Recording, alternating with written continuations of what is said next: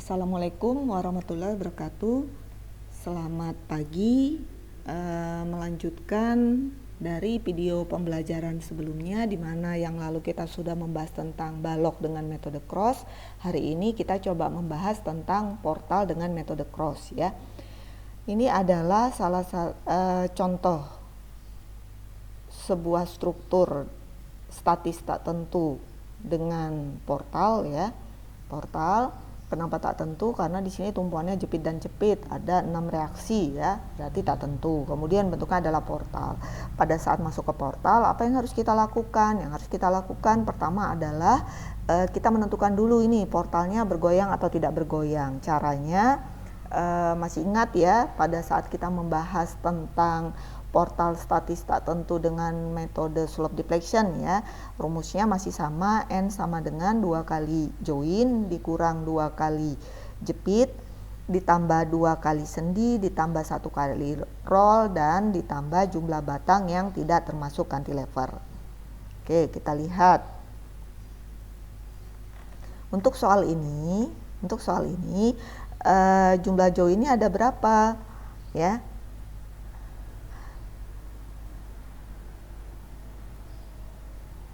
Ya, joinnya ada 3 ya, ada titik A, titik C, dan titik D. 2 kali 3, ini 3 bukan 6, bukan 2 ya, sehingga hasilnya adalah 6. Kemudian dikurang 2 kali jepit, jepitnya ada 2, 2 kali 2, ditambah sendinya 0, ditambah rollnya 0, ditambah jumlah batang tidak termasuk cantilever, berarti jumlah batangnya ini 1, 2 ya.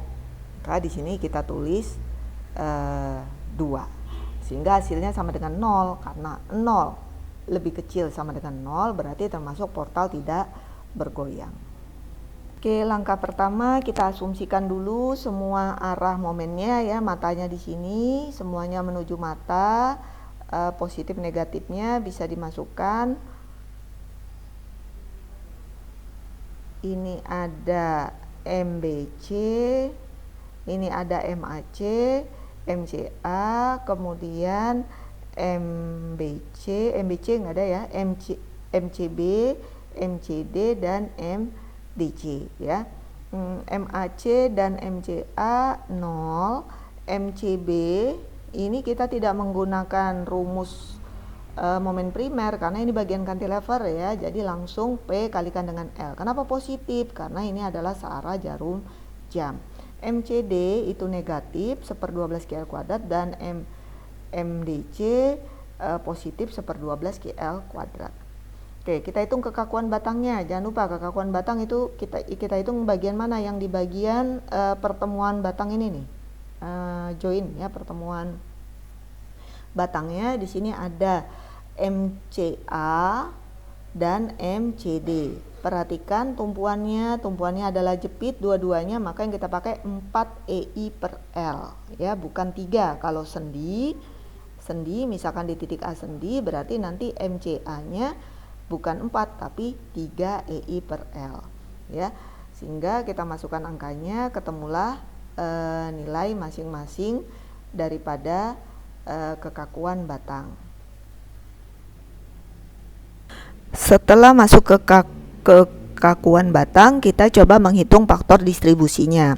Perhatikan di sini ada FDAC ya, faktor distribusi AC, karena tumpuannya adalah jepit maka nilainya 0.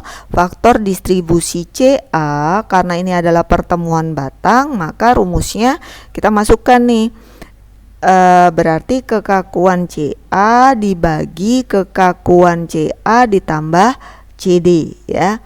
Oke, ketemu hasilnya 0,29. Sekarang FDCD, faktor distribusi CD sama dengan kekakuan CD tadi itu yang ini, kekakuan CD dibagi kekakuan CA ditambah kekakuan CD ya, kita masukkan hasilnya. Kemudian FDCB CB yang ini itu 1 karena pertemuan batang dengan cantilever, dan FDDC yang ini karena dia jepit maka nilainya adalah 0.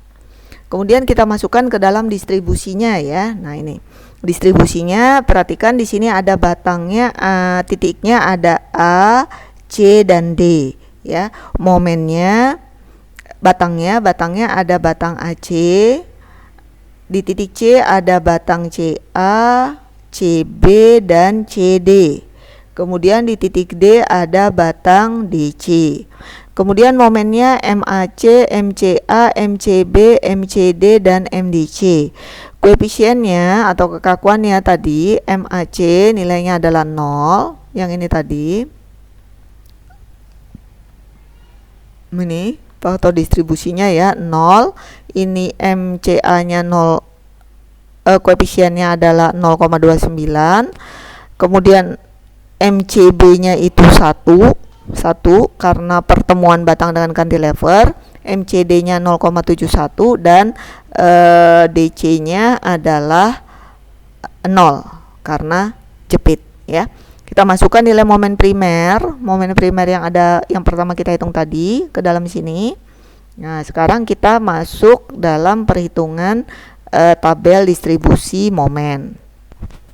Caranya 0 minus koefisien dikalikan momen primer tuh ini, minus koefisien dikalikan dengan ini tambah ini hasilnya ini ya.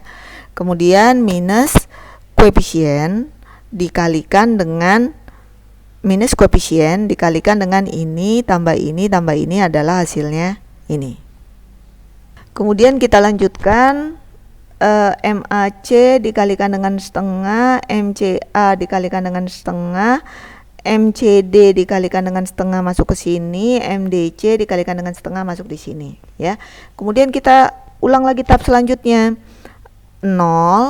minus 0 dikalikan dengan ini hasilnya 0 ya. Kemudian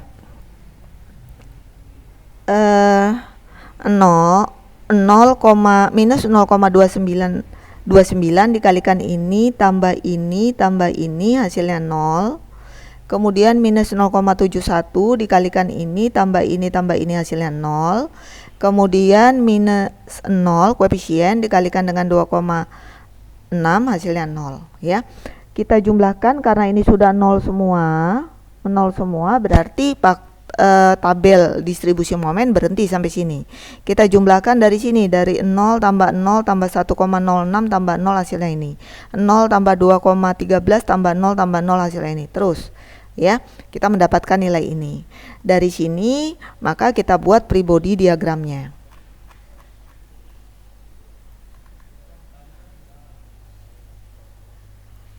Ini adalah Peabody diagramnya ya.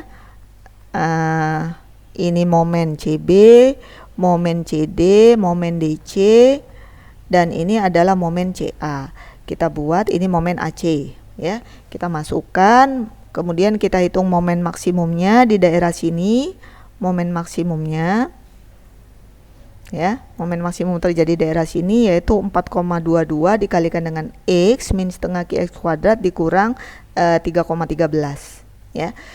Maka kita mendapatkan nilai X sama dengan 4,22 dan nilai momen maksimum adalah 5,774. Kemudian dari Peabody diagram kita bisa menghitung gaya lintangnya, baik batang AC, batang BC maupun batang CD ya.